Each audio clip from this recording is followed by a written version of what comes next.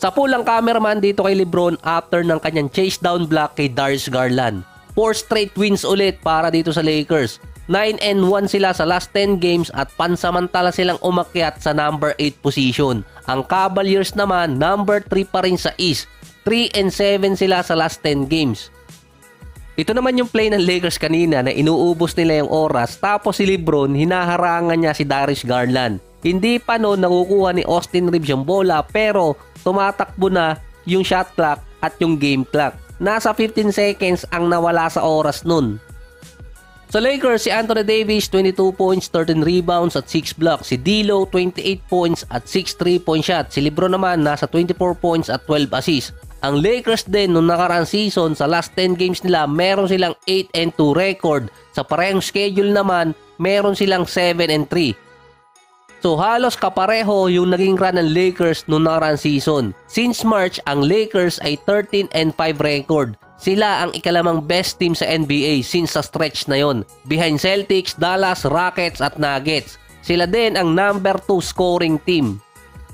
Sa last 4 games ng Lakers, back-to-back game yon versus Minnesota, sunod ang Golden State, Memphis at ang Pelicans.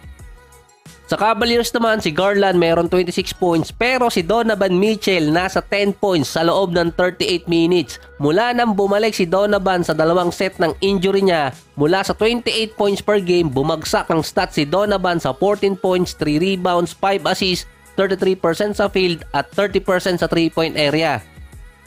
Nawala ang leading scorer ng Cavaliers kahit naglalaro pa siya. Ito ay mula nang bumalik siya sa injury. Yung ibang players din ng Cavs, bumaba ang stats nila. Ang sunod na kalaban ng Cavaliers ay Clippers, back-to-back game yun. Si Kawhi nakamintis ulit ng 3 games.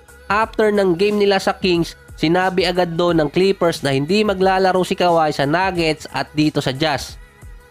Kung saan naman nanalo sila doon. Base kay Coach Tyronn Lue, nung una sumasakit ang tuhod ni Kawhi. Dumaan yun sa MRI na base sa isang report, hindi naman sinabi talaga ng Clippers kung ano ba nakita nilang injury kay Kawhi.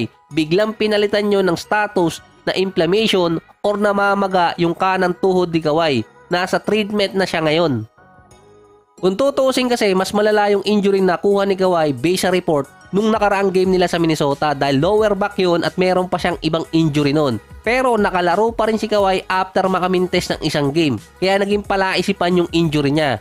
After ng game ng Clippers versus Jazz, sinabi agad ni Coach Tyronn Lue naka day-to-day status na si Kawhi. Ibig sabihin, pwede siyang ilagay or hindi sa lineup, depende na lang sa schedule. So parang nangyari kay Joel Embiid na pinagmulta ng NBA yung Sixers kasi biglaan nilang nilagay sa available status na hindi nila yung binabago sa 24 hours bracket. Kay Kawhi, binabago ng Clippers every 24 hours yung status niya. Kung si LeBron may walkout moment, si Kawhi may load management moment. Kasi nga palaisipan yung mga injury ni Kawhi. Hindi mo kasi alam kung malala ba yun or hindi dahil hindi naman sinasagot ng Clippers. Pinapalitan lang nila yung status. Based din sa report doon, ang Clippers naman ay makakapasok sa top 6. Kung hindi maglalaro si Kawhi versus Cavaliers na wala pa namang sinasabing status kung kailan siya maglalaro dahil naka day-to-day status nga siya, ang makikita mo doon na pinaghahanda ang game ay yung back-to-back sa Suns. Yun ang makikita mong mahirap na schedule na natitira dito sa Clippers. Kapag nakuha kasi ng Clippers yun, pwede na silang makasecure ng top 6.